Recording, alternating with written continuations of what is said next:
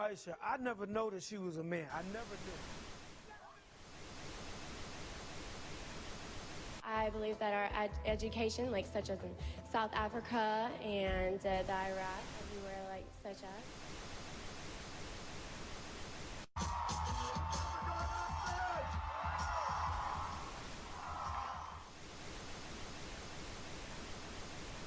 Platform 8 for the 2228 Southern service to Eastbourne via Lewis.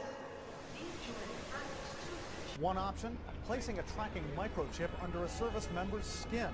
Former Special Operations Officer.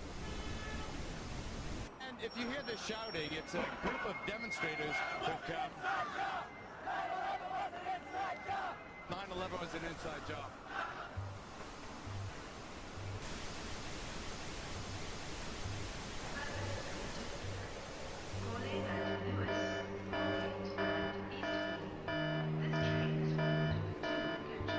It's no longer a theory.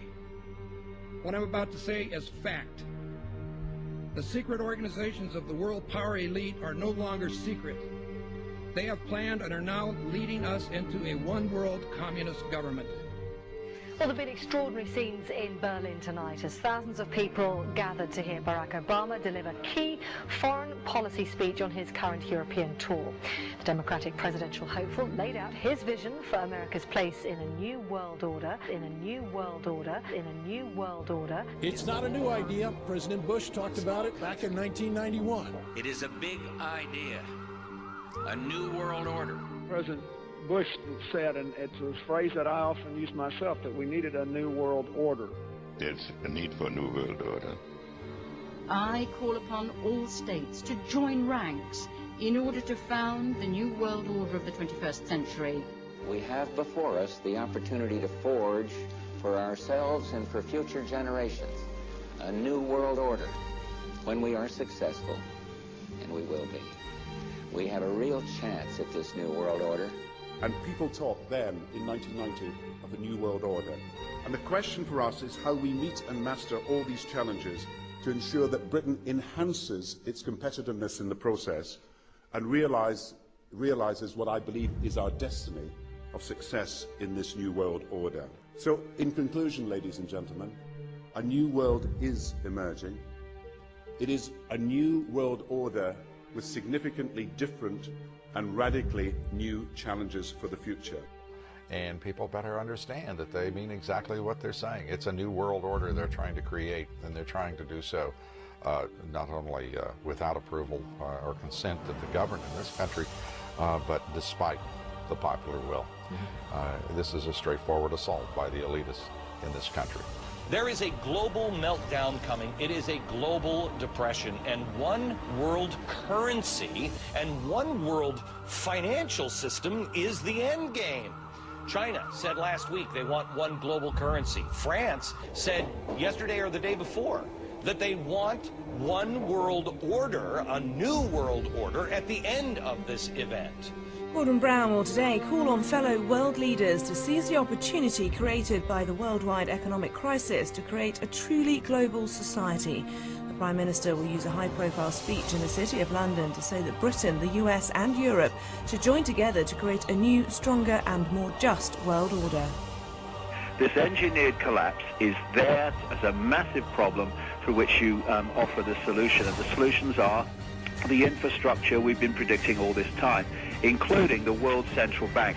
The goal of this manipulation, and has been for a very long time, is to get the world population to see as a good idea, or the only option in given circumstances that are manipulated into place, the creation of a one world government, a world central bank which would administer all financial transactions on the planet, a world currency, and a microchipped population linked to a global computer. The wealthy elite who have the money and the power know that if they can create a one world global social system, that they can control the central authority.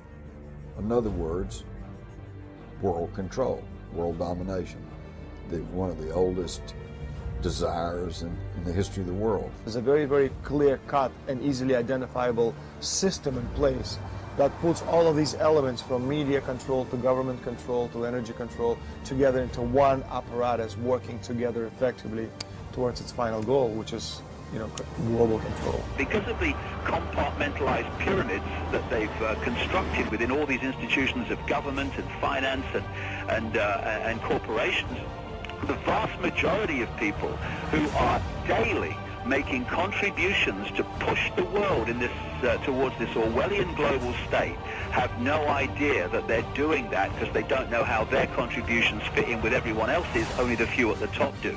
Most people don't have a clue that unelected private bankers actually control the governments of the world. There is this like cozy little myth that is perpetuated between politicians and the media.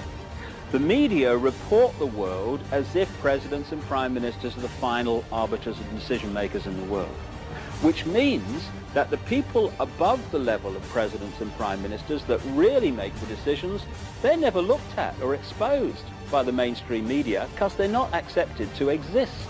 The central bankers of the world are working together to create a one-world government. A global police state as sinister as anything George Orwell ever wrote about, where every person on the planet Earth will have an RFID chip implanted.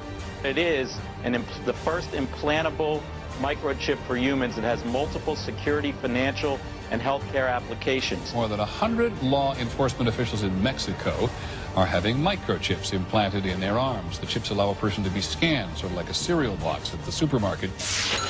Just like the microchips implanted in the necks of dogs and cats, allowing lost pets to be identified, this glass capsule can do the same for humans. A chip in everybody would be the universal monetary system par excellence, because there'd be no escape from it, and you'd be totally under the control of those who issue the electronic impulses in that chip. The problem throughout human society is that the good men and women do nothing. They don't want power. They don't want control. They want to lead a leisurely life. They want to spend time with their family. They want to lead simple lives. But we are forced throughout society, throughout history, and throughout human time to stand up against bullies. And many times we stand up before it's too late. And we reverse the course of tyranny. That more often than not, we don't stand up in time, and horrible things have to happen first, so decadent societies learn why liberty and freedom is so precious. If you think you don't like the situation now, then think what you're going to face a little way down the road, and more than anything, think of what your children are going to have to face. Because you think we live in a controlled society now, this is nothing compared with what they are going to have to live in. So in terms of parents who are listening to this information, I would say this: go and look your children in the eyes and tell them that you can't be bothered, or you're too frightened to do anything about it. You're too frightened to get involved, in being another conduit for getting this information further and further expanded into the public mind, that you're too frightened to get together with others to stop cooperating with this system and to not be intimidated into coming into line, which is a bit like coming into line in a concentration camp and thinking it will be okay. As long as you stay in line and you do as you're told, you'll be fine. And then you realize at the end of it, well, actually, it ain't fine. And if you'd have all rebelled earlier, then you wouldn't be in the situation you're facing now. The point of mathematics alone ought to let us see where the real power is here. There are billions of people, 6 billion, nearly getting on to 7 billion on this planet, who are being manipulated. There are, in full knowledge of what they're doing, a relative handful of those who are doing the manipulating to the end that we're talking about. They think they've beaten us. They think that they're going to have their way with us. And I'm here to tell them they're not going to have their way with us. We are going to defeat them. You guys aren't going to be able to get away with your New World Order, sir. Talk about Bill. You know what New World Order is. You will never get a New World Order. Never. National sovereignty will prevail. The New World Order is going down, sir. You can laugh. Wake up, people. Wake up. Research the New World Order. This is important. Look it up. Investigate it. Your New World Order will fall. Humanity